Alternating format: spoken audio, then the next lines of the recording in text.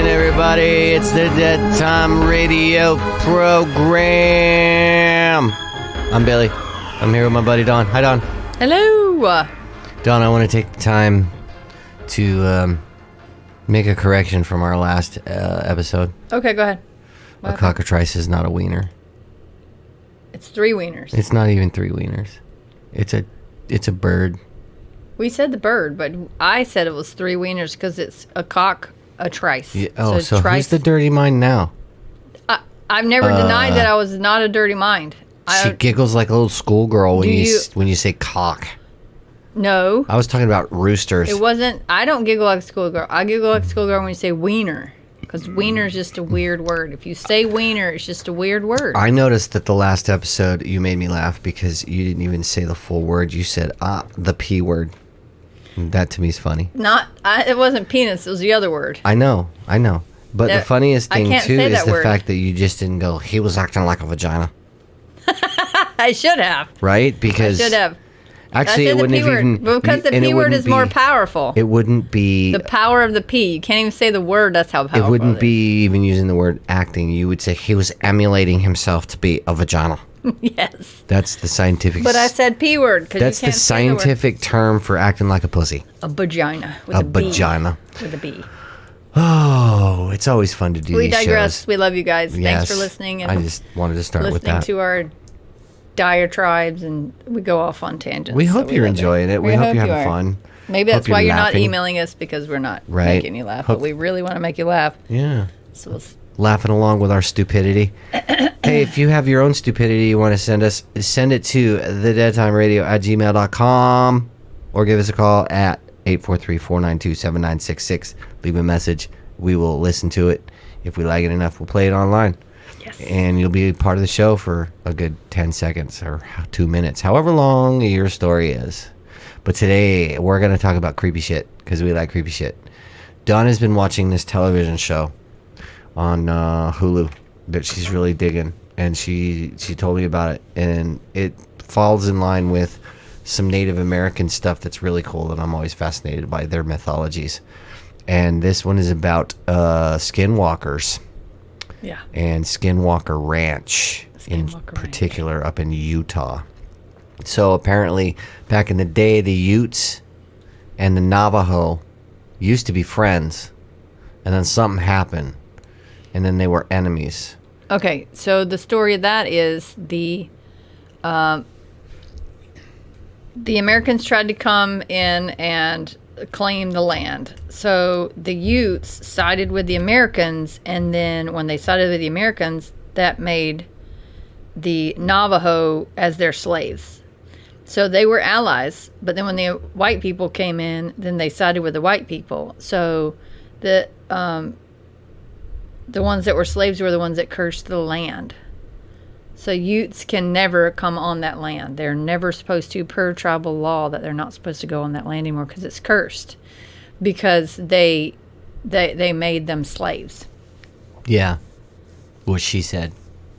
Either way, it's fucked up. Yeah. You don't do that to your friends, man. You don't side with somebody else and go, I'm just going to make you my slave now. That's screwed up.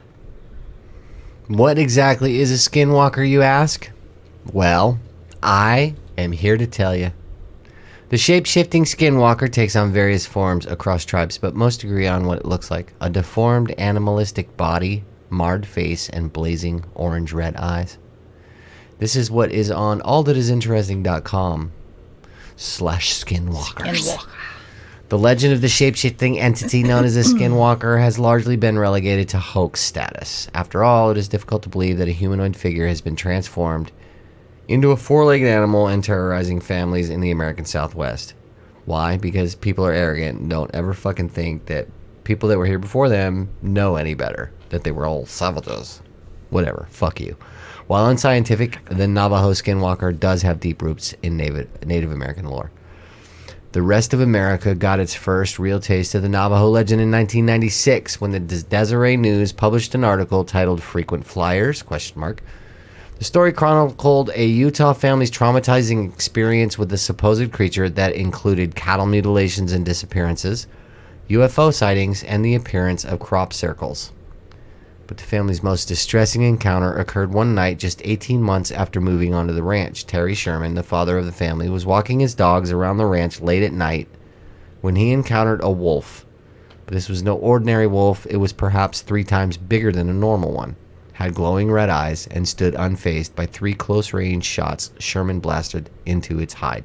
Now, the show you're watching is The Secret of Skinwalker Ranch, right? Yes. And they talk about this story. And they say that the farmer actually shot him with a .357 Magnum. Mm-hmm. Now, me being a little bit of a gun nut, a .357 round, I believe, can crack the engine block of a fucking big rig from a half mile away. Right. So it would have put a hole the size of your fist. Yes. In this That would have animal, been a big hole. if it was That's real. what she said. It Yeah. was a big hole. She wouldn't have said that. I didn't say she said it about me, Don. Do you know what my You're a big Indian name hole. is? What? My Indian name is Hung Like Horsefly, Nice. in case you were wondering. That's another truth. What's that, your 4th truth today? That's, no. 3rd no. truth. No, ma'am. The Sherman family weren't the only ones to be traumatized on the property. After they moved out, several new owners experienced eerily similar encounters with these creatures, and today, the ranch has become a hub of paranormal research that's aptly renamed Skywalker Ranch. Don, You said it again. What? It's not Skywalker Oh, Ranch. We're not talking about Star Wars. No. Skinwalker Get off Ranch. of the Don, Skywalker. It is not the size of the waves. It's the motion of the ocean. That's why you said Skywalker, because you were thinking about a right. penis joke. That's right. Nice. You need to read. Stick to your job, dude. While paranormal investigators probe the property with novel intentions, what they seek is a history that is centuries old. This is the legend of the Navajo Skinwalker. Thank you. So what is a skinwalker? As the Navajo English Dictionary explains, the skinwalker has been translated from the Navajo Yi Nal Delushi. I'm sorry I'm butchering that. Please don't come and fucking kill me. This literally means, by means of it, it goes on all fours. So call in and tell us how to say that. How do you say And the Navajo word? Nal Delushi. Yeenaald. I think it's Naal Delushi. Ooshii. That's what I'm thinking. It's 2 words. Ye. Naal Delushi. Dal- I bet you that's how it is. Is merely one of the many varieties of skinwalkers called antigeny. Antigeny. I bet that's how that's pronounced too. Or antigeny. I don't know.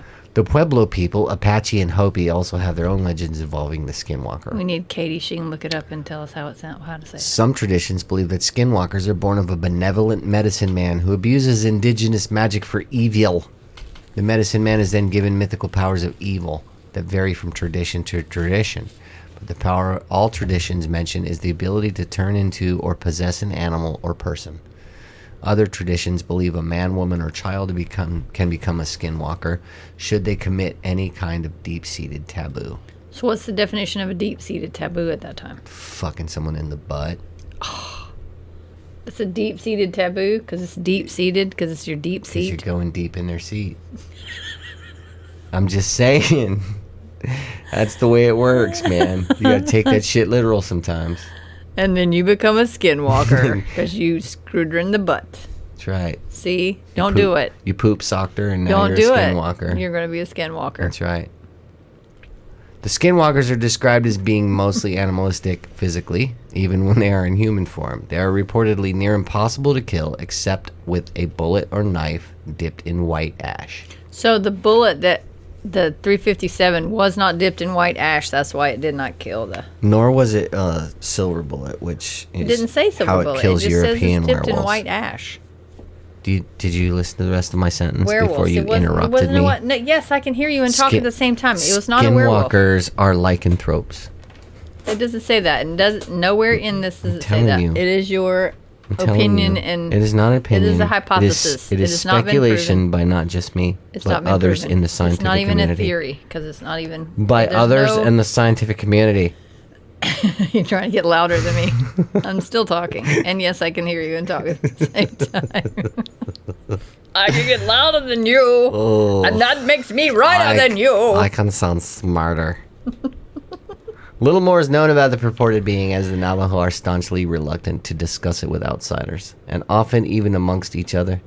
Traditional belief portends that speaking about the malevolent beings is not only bad luck, but makes the appearance of them more likely. They believe that if you talk about it, they're going to show up. That's right. So don't talk about it. Native American writer and Fight Club. You don't talk about Fight Club. Right. And historian Adrian Keene explained how J.K. Rowling's use of similar entities in her Harry Potter series affected indigenous people who believed in the Skinwalker. What happens when Rowling pulls this in is we as Native people are now opened up to a barrage of questions about these beliefs and traditions, said Keene, but these are not things that need or should be discussed by outsiders. If it's affecting outsiders, then we have to talk about it.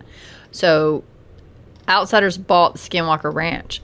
Things are affecting the people in Skinwalker Ranch. They are not Navajo and they're not Ute. This is different, though, because this is talking about Rowling putting it in her books and then people want to ask about it. That's different from actually experiencing shit going on. You know what I mean? No, but it's bringing light to the Skinwalkers. They just don't want you to ask them about the Skinwalkers. Right, and that's what he's saying. You can fucking wonder all you want. I ain't talking about it. Is basically what he's saying. That's fine. That's his prerogative. I ain't bringing that motherfucking mojo. Yeah, on but me. that's the First Amendment, or you can say whatever you want to say. In 1996, a couple of outsiders were introduced to the legend after a series of inexplicable events occurred at their new ranch. Terry and Gwen Sherman first observed UFOs of varying sizes hovering above their property. Then 7 of their cows died or disappeared. One was reportedly found with a hole cut into the center of its left eyeball. Another had its rectum carved out. Why do aliens need rectums? And That's a irises? good question. That's a very good question. Not irises. Pupils. So they can see out of their ass. Ooh, that was a good one. Yeah. Nice. I'm full of good ones. Ooh. That's what she said. The cattle the Shermans did find For 2 minutes. dead were 30 seconds. I told you this already. Best 30 seconds of your life. The cattle the Shermans did find were both surrounded by an odd chemical smell. One was found dead in a clump of trees. The branches above appeared to have been cut off. One of the cows that vanished had left tracks in the snow that suddenly stopped. If it's snow, it's hard for a 1,200 or 1,400 pound animal to just walk off without leaving tracks, or to stop and walk backwards completely and never miss their tracks. They're not going to walk backwards. It was just gone. It was very bizarre.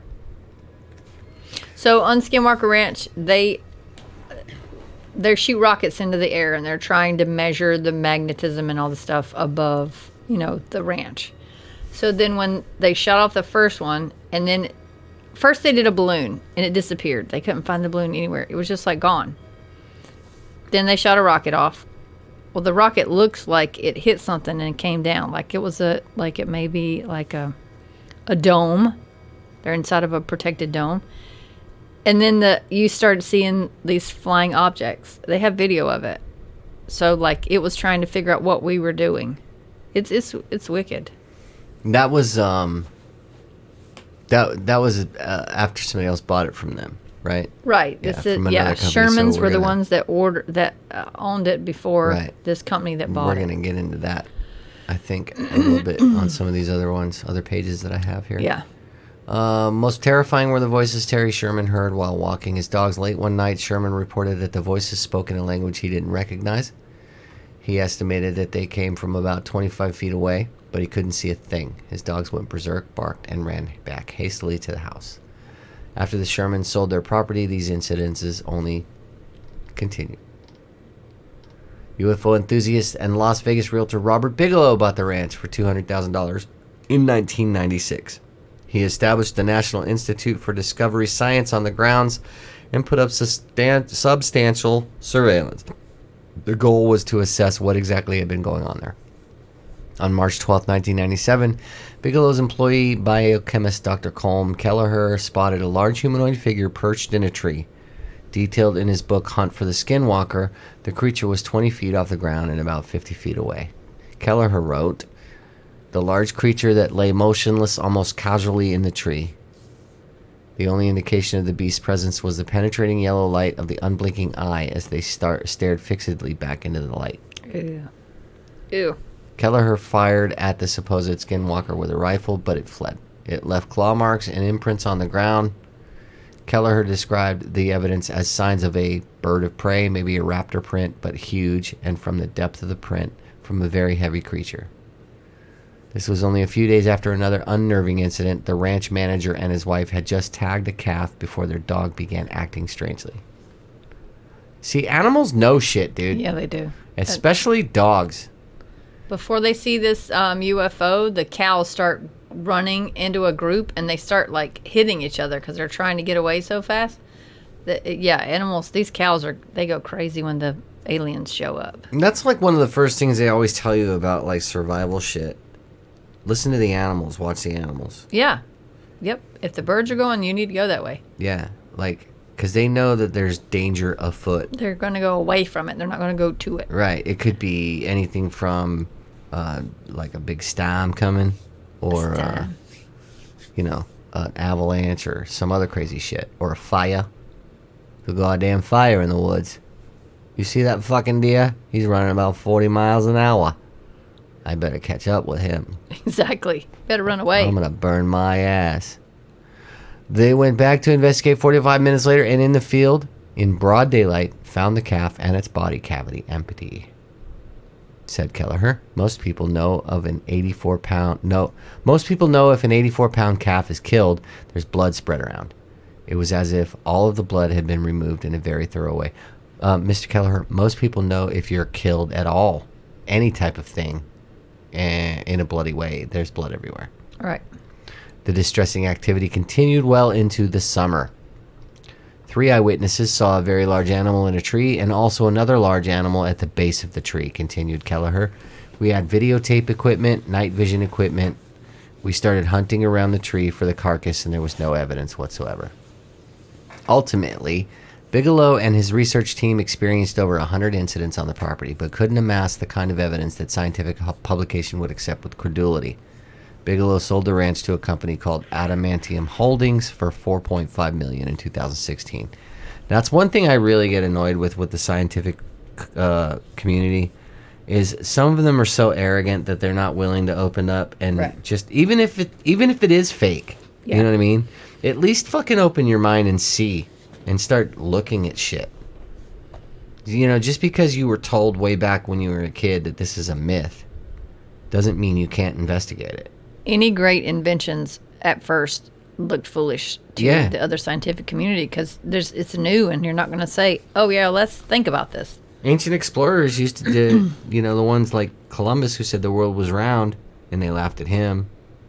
And then Magellan and Columbus and all the other explorers fucking proved it was round. Correct.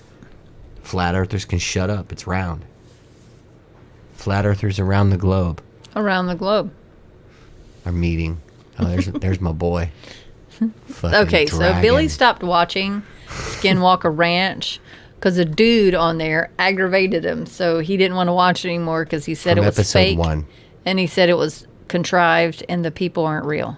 I'm like, well, these people aren't actors. They actually work. So dude, all of us are weird. So this guy's weirdness bothered Billy. His nickname is Dragon. Maybe he plays D&D. He's a security officer. He's like the head of security. Okay, he looks goofy as fuck, and they call me Dragon. All I can think of is Step Brothers. Is that what bothers you? Yeah, because it's Step Brothers. Because it's goofy. Look at him. He's like, they call me Dragon. Yeah, they call me Night Eagle. We don't have any backstory as to why they call him Dragon. Dude, if I were ever a star on that, or like a guest on that show, I would make sure that they put in my name Billy Night Eagle. Night. But it wouldn't be N-I-G-H-T. And then you would be the one that aggravates everybody. K-N-I-G-H-T. Can't watch it because he's on there. I can't watch him because that Billy's on there. And every time I see Dragon, I just look at him and go, caw. You need to fight and get it over with, or show your dicks and get it over with. I don't want him to see my ween. I just want to know why he bothers you so much. Because it's pretentious to go, I'm the security guy and you can call me Dragon. So you shouldn't have put that up there. Headquarters. But if that's his nickname, this is Dragon. If that's his nickname. I'm on a range sector grid C7. There's a bright light in the sky. Maybe you came in contact with him. It's currently 10 miles in the air at a altitude. You just told me the fucking altitude, dude. Oh, yeah. Well, Roger that. It seems to be zigging and zagging in the atmosphere. And I can't hit it with my AR-15 with turbo laser sights that I got on eBay for $25.99. This is Dragon Actual. I am being abducted right now.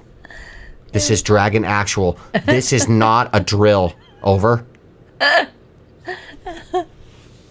Yeah, Dragon, this is headquarters. Night Eagle said go fuck yourself and have fun being anally raped by the Aryans. Okay, that's how that episode would go. That was nice. I would watch that, and I would probably laugh and pee the whole time. Yes, it would be great. There are many stories about skinwalkers online in such forums as Reddit. These experiences commonly occur on Native American reservations and are allegedly only prevented by the blessings of medicine men. While it's difficult to discern just how truthful these accounts are, the descriptions are almost always the same. A four-legged beast with a disturbingly human, albeit marred face and orange red glowing eyes. Those who claimed to have seen these skinwalkers also said that they were fast and made hellish noise. Skinwalkers have crept back into popular culture through television shows such as HBO's The Outsider and the History Channel's upcoming The Secret of Skywalker Ranch, which is basically not Skywalker Ranch. Oh, I said it again, didn't I? You did. Skinwalker Ranch. For horror-centric programming, a virtual demonic being that roams the countryside is rather perfect. Since taking over Skinwalker Ranch, Adamantium has installed equipment all over the property, including cameras, alarm systems, infrared, and more. Most alarming, however, are the accounts from the company employees. According to Vice, employee Thomas Winterton was one of several who randomly experienced skin inflammation and nausea after working on the grounds. Some had to be hospitalized with no clear medical diagnosis for the condition. Now, is this the same guy that was the one that got the big mass on the back of his head? Yes. And it was like basically like the doctors could not explain how he got it, and it was not in his brain. It was in between his skin and his skull. Correct.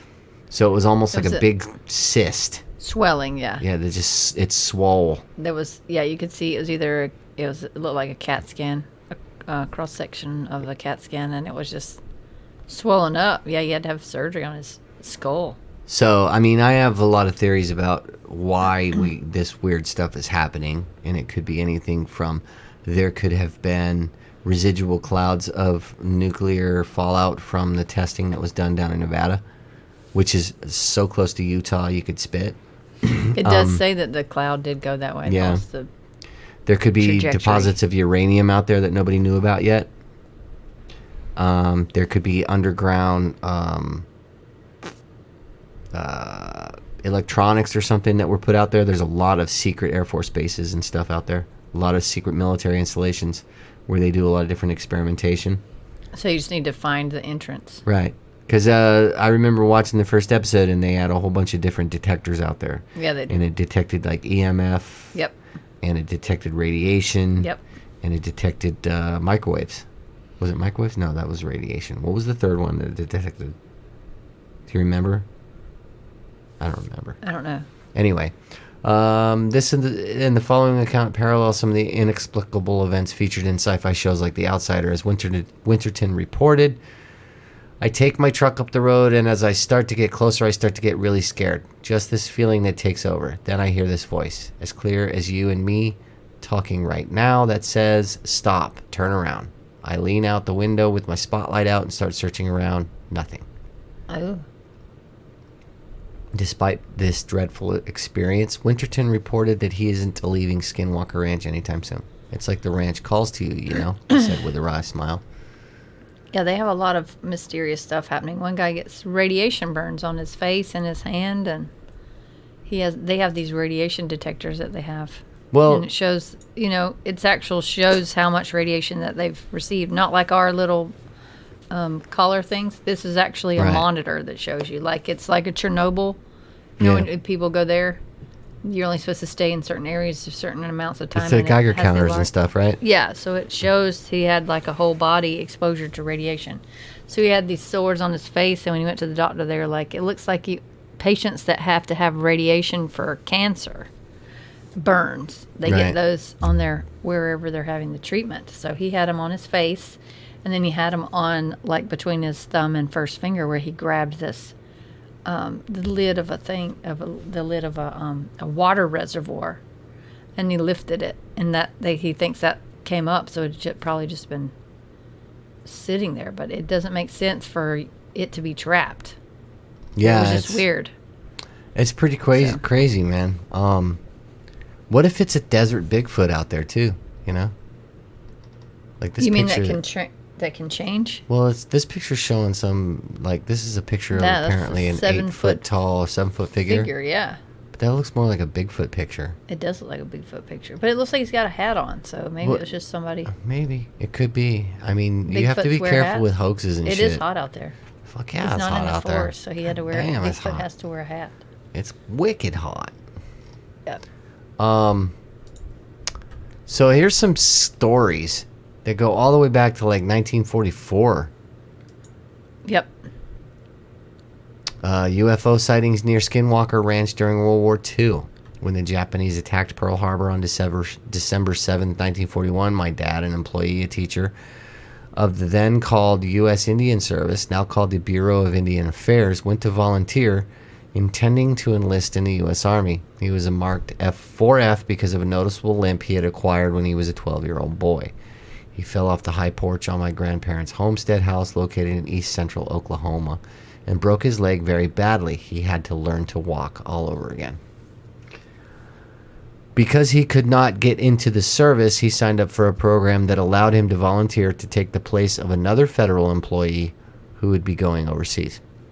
Dad was notified that he would relocate for the duration to the federal boarding school for Indian children at White Rocks Indian School, very near the Ute Indian Reservation at Fort Duchesne, Utah.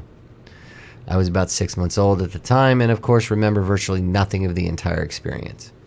My mother had been a U.S. Indian Service nurse in Phoenix, but there were no open positions for her at Fort Duchesne. So she became a housewife. From time to time, she would take me out in my stroller to a small meadow close to the school, and we would have a small picnic. When I was in my 30s, my mother told me a story. One day, when we were having our little picnic lunch, it couldn't have been much of a lunch as there was heavy wartime food rationing in effect, a shiny object flew in from the west, made a circuit around the little meadow, hovered for a few minutes, then flew away to the east. I was surprised.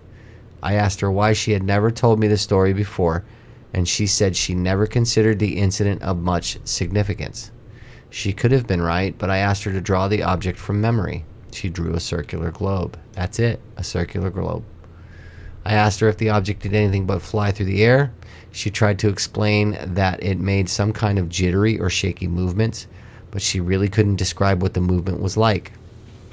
I asked if the object could have been carried by the wind, but she didn't remember it being particularly windy that day. So circled the little meadow, then flew away. The incident was several years before Kenneth Arnold's famous 1947 sighting of 9 shiny objects that flew in tandem and skipped like saucers as they flew through the sky near Mount Rainier in Washington State. Years later, I met a man, a police officer, who had worked at Fort Duchesne. He told of an incident when he and his family were lying out on the lawn one evening, as families do, drinking coffee and soft drinks, when a shiny object overflew their house, stopped, and shot straight up. The officer couldn't identify what the object was, but it was enough to send the family scurrying into the house. The officer said he and his family didn't go out in the evening like that for a while. Well, after Mom told me the story of the Meadows sighting, I gave it some thought. At least 2 possibilities came to me. As I said, Kenneth Arnold hadn't yet had his sighting experiences, but I learned even in those pre-internet days that the Fort Duchesne area was kind of notorious for sightings of that kind. Or there was the other possibility. During the war, the Japanese had made and released a number of Fugo hydrogen-filled balloons carrying incendiary devices from the Japanese home islands, hoping the balloons would make their way via the jet stream, land in America's forest lands, and start forest or wildfires, or perhaps actually kill somebody. From Wikipedia, from late 1944 until early 1945, the Japanese launched over 9,300 fire balloons, of which 300 were found or observed in the U.S. Wow. Despite the high hopes of their designers, the balloons were ineffective as weapons, causing only 6 deaths, one from one single incident, and a small amount of damage. The deaths occurred when the victims decided to touch the balloon, thus causing it to explode. Whether the shiny object my mother saw was a flying saucer or a Fugo bomb or something else, I certainly can't say. But here's what I can say. The little meadow is within 2 or 3 miles of the infamous Skinwalker Ranch. I don't know if the paranormal experiences and phenomena experienced in that ranch area were happening back as far as World War II, but one certainly happened nearby on a picnic day in about 1944. So that they're trying to tie a lot of UFO activity to that. That makes me wonder, is it a military training site for this type of craft, and that's why they see all this weird shit, or is it really aliens? I mean, they have created alien spaceships, so the ones that we're seeing, are they manned by us? Okay, here's the question though, because we have captured them. We do know they're so yeah, but the first crash that was captured was in 1947 that we're aware of. You're right. He said this one was in 44. Right, that we're aware of. It had to be before then. Right. They had to. And there's stuff coming out that they've known about UFOs and unidentified stuff like that since way before Roswell. So we could have manned one of the ships and been flying it around. The ones that we're seeing could be manned by military. Right. Yeah. So, I mean, because the stealth flyer was that would be the first us. That would be the first theory that I would have, that there's a lot of open space in the desert. It's perfect for secret bases. Right. It's also really good for hiding it from your enemies. And during World War II, of course, they're going to be testing a whole bunch of different shit because they want to get the upper hand. They could have bomb shelters out there, and that could be. They could have magnets and radio frequencies and stuff that they were. Because people don't realize that even after the war, they were testing nuclear bombs right there in Las Vegas, 50 miles from Las Vegas, where there were brochures for some of the hotels where that you could go drive out and see the fucking explosions outside of the city limits of Vegas. Why would you do that? Back then, they didn't realize how bad radiation was. Wow. I mean, these weren't powerful enough bombs to even hit Vegas, but they were big enough that you could fucking see them. Of course, you're going to see a giant mushroom cloud. So that was it's crazy shit. But man. What about Hiroshima and Nagasaki? That doesn't make any sense. Why would you be stupid enough to go over there? They didn't realize the radiation part of it. They just knew the explosive power. Eventually, that testing site went underground. They did all testing underground. So maybe that's what's in Skinwalker Ranch. Right. In the 50s, it was all above ground. So it's kind of weird. It could be part of the road that goes from state to state that that they don't admit that's there. Oh, the secret roads? Yeah. Like the ones underground and shit? Yeah. I mean, you have to have lights and stuff in there because it's a tunnel. So it's possible. If you're drilling down. This was I guess this is the article about the UFO sightings keep Wichita Basin buzzing. And this is the Deseret News correspondent, Roosevelt. The Wichita Basin, already famous for numerous UFO sightings in the past 10 years, has been the stage for a great deal of excitement in recent weeks. This was in September 4th, 1978. Dude. Area residents say that at various locations and at times they have witnessed the flight of an awesome dome-shaped unidentified flying object with intense lights. Dale Wood, 13, a student at Vernal Junior High School, was the first to see the large silver object near his grandmother's home about 7 miles northeast of Roosevelt about 10:30 p.m. August 11th. While walking to his grandmother's trailer home, he could hear the sound of a finely tuned purring engine. He looked up to the horizon and was surprised to see a silver dome-shaped object. It was surrounded by a very intense green light that was jagged like the flames of a fire, he said. So what burns green? Here's what's interesting about that. Because our fuel burns blue. The previous story about the picnic with Mom. Yeah. Mom described a domed object. That was a 44, yeah. In 1944. This is 78. Right. So here we are, 35 years later? Yeah. It's a domed object, but it's got green going around it. Right. So there is a heat source, and the heat source is green. So I know different elements burn different colors. Well, those are lights. So- I mean, he said it looked like it was on fire. It was jagged like the flames of a fire. But I don't think it was actually on fire. Green is also radiation, radioactive stuff. True. It's true. The object then hovered directly above him, and he was able to see the underneath section of the craft. He could see lights there, with the middle light of greatest intensity. While the craft was overhead, the engine sound was not noticeable, he said. The object remained overhead for a few minutes, and Dale said he had the impression he was being watched. Dale said he was very scared, but at the same time he wanted to see what the UFO was going to do. It began to circle, and Dale immediately ran to tell his brother, David, who was nearby in his aunt's house. David called his mother, who was in his grandmother's home doing some canning, shouting that Dale had seen a flying saucer. His mother, Laram Wood of Vernal, told her son Dale was just trying to scare the younger children. Suddenly, the air conditioning units and television sets quit operating. Mrs. Wood tried to switch on the air conditioning, but to no avail.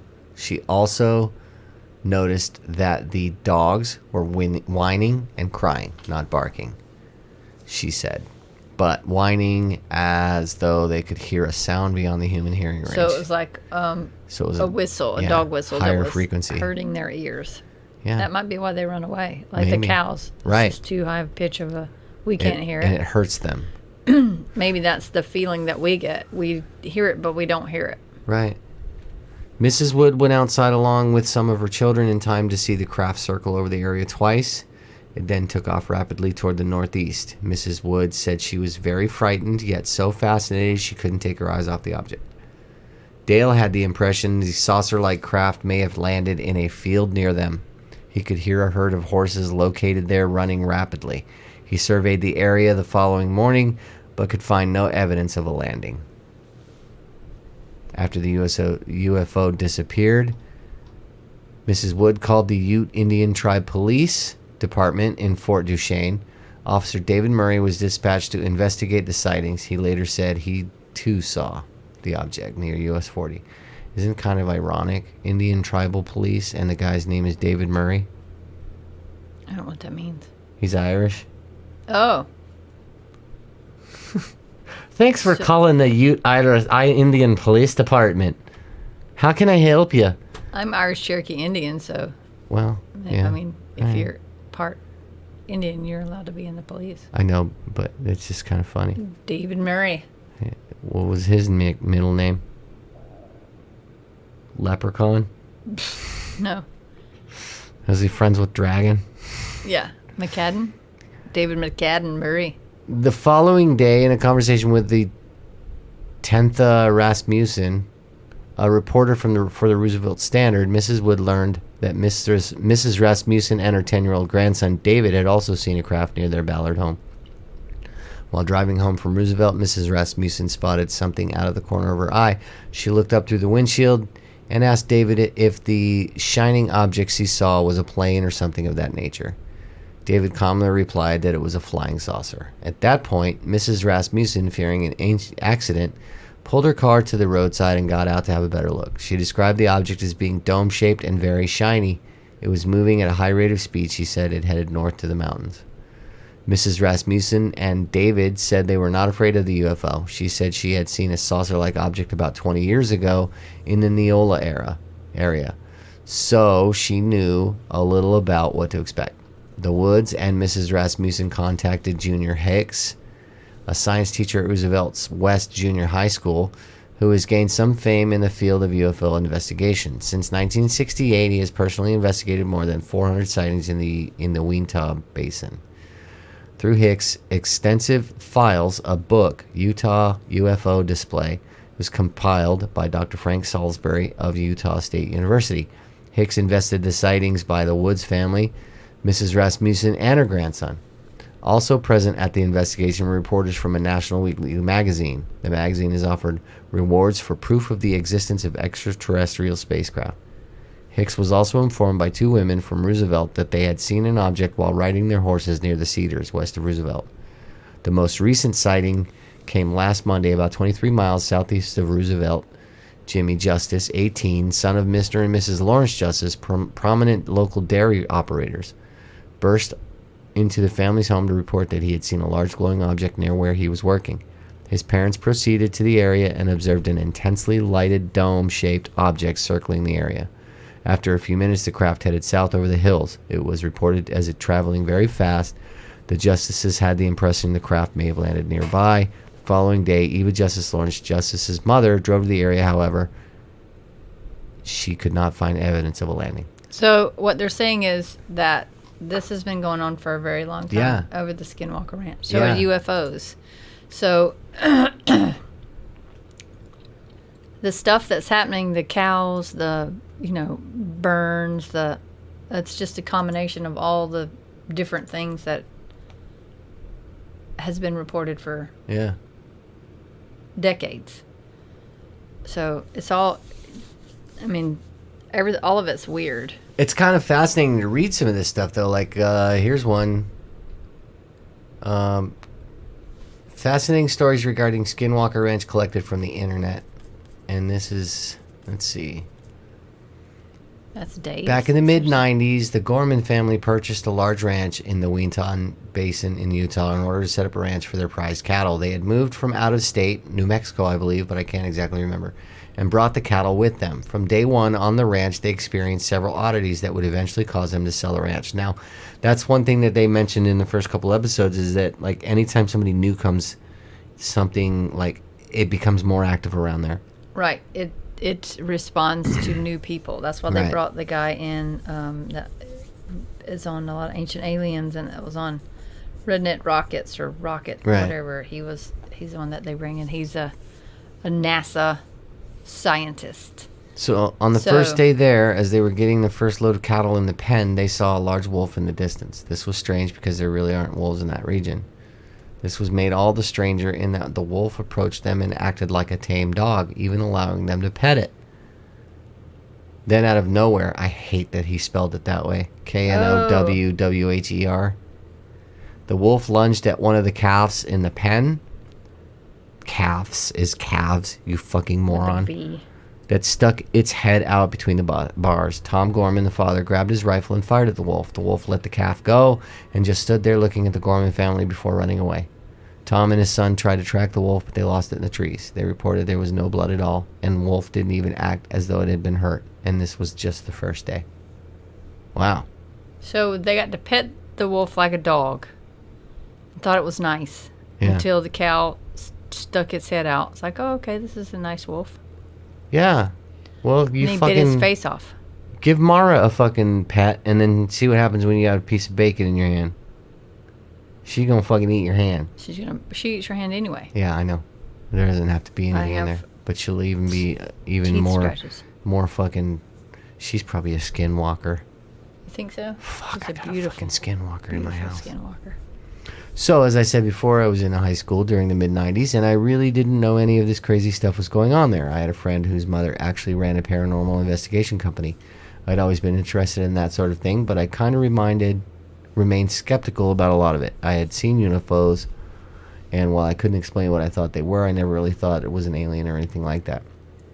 Anyway, I started working with my friend's mother and her group my senior year in high school, which got me started researching paranormal events. Mostly we just went to ghost sightings and haunted places. I never really saw anything too crazy there, but I learned how to be objective in the face of what some thought was paranormal activity. Okay. Long story short, I kept in contact through college and eventually attended a big convention in the D.C. area with the group. This would be where I would meet a man who would later hire me to join his team on the ranch. Did Dragon write this article? I'm thinking he did because the This is spelling Dragon. is atrocious. So there's so many things that are happening on Skinwalker Ranch. You have UFOs. You have obviously Bigfoot sightings. You have radiation burns. You have different waves, radio waves that interrupt everything. The guy's cell phone was going like somebody was calling and making calls, and it just was flipping by. It's just what's making all this happen. It's just all this stuff happening in one place. But like you're also saying with the radiation flew over there, so it could be in the ground. And all these things may or may not be happening. They're just viewing it as such. Or it really could be skinwalkers Or it running could be around the place. skinwalkers, right. Maybe, I mean, it could be a combination of all of the above. It could also be, weather phenomenon? So why are we not investigating that area? Well, I guess they are now with the TV show. But then again, I just feel like that TV show's contrived. I mean, that's what you said. He feels like that it's scripted and Just it's doesn't written, feel right. and the guy that's owns the place is just trying to make money. Well, he friggin' spent $4.8 million on it, so he's going to try to recoup his money. Yeah. And even if it's not, maybe he's sending things over there. But it's been happening for decades, so he just bought it because he wants to make money off of it and have a TV show. But it's really cool because some of the stories that they're showing of old ranchers that actually helped the people that owned it before, it was commercialized all the way around. Some of the stories that they have are wild. So This one the seems poor pretty cows cool. are the ones that are affected. Yeah. This one seems pretty cool. This is from a veteran, an ex-military guy and his son. And it's in 2 parts, I guess. But we had 3 experiences that we are still trying to understand ourselves that might be worth passing along. We ended up taking notes because we experienced the batteries on 3 different cameras and 2 different digital recorders, all draining within 30 seconds of each other. And we're left with only pen and paper. There's got to be something out there that's... It's electromagnetic, right? Yeah. The one guy had a $30,000 drone that he brought out there. And they were wanting to find out, he could measure whatever from above. So he took it out there where the most activity is, which is where all the homesteads are. It's called Homestead 1 or whatever. It died. There was no signal. It couldn't communicate with the controller. Yeah. So he's like, this is a $30,000 equipment, and I just changed the battery. So... Well, I know like they were also talking about that the first few episodes they were arguing over whether or not to dig. And apparently that's not a good thing to do. That guy, the first guy that dug, ended up getting that thing in his head. Right. And then Dragon was totally against digging. Right. But the scientist was like, we got to figure out what's going on. Because he thought also that there could be something underground electromagnetically that could be causing a lot of it. And I know we've talked about it before, and I'll talk about it again. Electromagnetism can cause a lot of weird things. It can cause hallucinations. It can cause confusion. Correct. It can cause disorientation. Hallucination. It can do a whole bunch of crazy shit like that. And a lot of people who live near like really big generators of electromagnetism come to find out their house really isn't haunted. They're fucking seeing it all, like in their brain. In their brain. Their brain's all fucked up. So I told you what happened with family. We were looking for a house, and we had, we'd printed out all the pictures of different houses and the addresses. So we go in this one little cul-de-sac. Well, my son starts hitting the sides of his head like he's autistic. He's just hitting and hitting and hitting, like smacking with both his hands on his ears. Right. And I was like, we got to get out of here. Well, we drove around the corner, and there's this huge power station, which was maybe, 200 feet away on the other side of one of the houses. We would not have known that he would have been affected like that. Right. We didn't hear anything, didn't feel anything. Was it weird? Cute little houses. There was 3 of them over there, so maybe that's why they moved out, because of the EMFs of that huge power station that ran that neighborhood. And I was like, we're not buying anything in here, so those went in the trash. But if we wouldn't have had him with us, we'd have moved into that house, purchased that house, and then He probably would have been miserable. He would have been, debilitated. Yeah. Because he was hitting his ears so hard that he was, like, I'm sure, hurting his eardrums. Yeah. This one's kind of fascinating. This one says, for the title, man sees 2 craft land and occupants exit while camping near Skinwalker Ranch. Ooh. So those are aliens coming out. Back in 76 or 77, military. when I was 7 or 8 years old, my dad took the whole family on a hunting camping trip way back in the Wichita Mountains. It was opening of deer season and the weather was beautiful. Well, that night, sitting around the campfire, and one of my brothers said he needed to go to the outhouse, and because of the risk of mountain lions and other creatures, a group of us went. The outhouse was a short distance from camp, and the path to it was through a thicket of trees. It was located on top of a ridge overlooking a gully that went back around 2 miles or so. Anyways, my brothers pointed out an area that was lit up between 1.5 to 1 3/4 miles away, and you could tell it was a building, and there were 2 craft landed. One on a landing pad on top of the building, and the other was on a pad in front of the building. Plus 2 others were hovering just above that area. The craft were discussed shaped. Oh my God.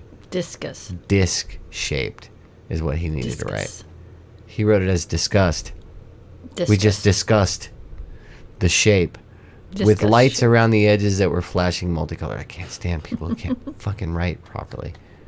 My dad sent myself and my brother back to camp to get his binoculars, and when we returned, we all took turns watching them as humans in both military uniforms and solid colored jumpsuits, which were red and yellow, along with short grays. Tall, off-white, and reptilian aliens were unloading and loading crates and boxes, which were on carts that hovered. They didn't have wheels at all. You saw all of this with one little pair of binoculars? Wow. I don't know about that. Wow. We figured that the humans probably switched out also. Anyways, once the 2 that were landed were finished, they would close up by drawing up the ramps and rise up above the area, and in the blink of an eye they were gone, and the 2 waiting would land instantly. 2 more would be hovering above. So they were loading stuff onto these Yeah. ships. We watched this for a little over an hour, and I remember my dad telling us to not to say anything to anyone about it ever. Said there would be consequences if we did. After that, I would notice the ships that were always in the sky, and we lived in Weber County area in Ogden. Also witnessed strange shit out at Dugway Proving Grounds when I moved furniture for Jones Moving and Storage. One time I caught a fruit moth there that fit in a shoebox that a size 12 pair of shoes came in, and there was barely any space left in the box. That's huge even for a fruit moth. Called it my Dugway mutation. Ha ha ha. One would get the weirdest feelings being out there and having to spend an extended period of time with packing and loading or delivering household goods on base. Most of this base is subterranean, not really much above ground there except housing and a select few buildings and hangars. So here's my theory of all this, Don. Okay. The Skinwalkers were there first. Yep. The military came out and built bases. Okay. Weird shit's happening because they're testing aircraft. And there's a lot of high-tech machinery that's just throwing electromagnetic pulses and radiation everywhere. So that's drawing the aliens. And that's causing all the weird shit that's happening. Okay. The cow mutilations and stuff are distractions Okay. for people to scream superstition. And it's basically like you always hear about the black ops helicopters and shit going in and doing it. Right. And it could also be not just distractions, but maybe they're testing out other weapons. Okay. And that's what on the cows. Right, and the cows, that's why everything's surgically precise and all So that other stuff. they're measuring, or they're doing it on the cows. Right. That's my theory in a Okay. nutshell. So it's 1, 2, 3. Yeah. So the Skinwalkers were there, then the military comes in, and then the aliens come to check out what the military's doing.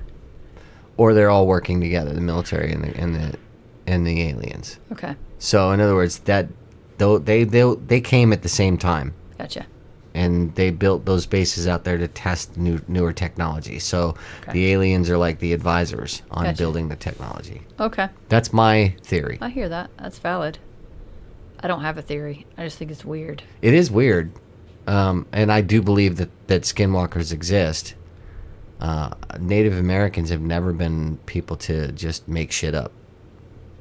Nope. They know about Bigfoot too. They have a lot of different things that they speak about before any European stepped foot here. Yep. That I mean, they've got whole stories. Of course, every culture does, but Correct.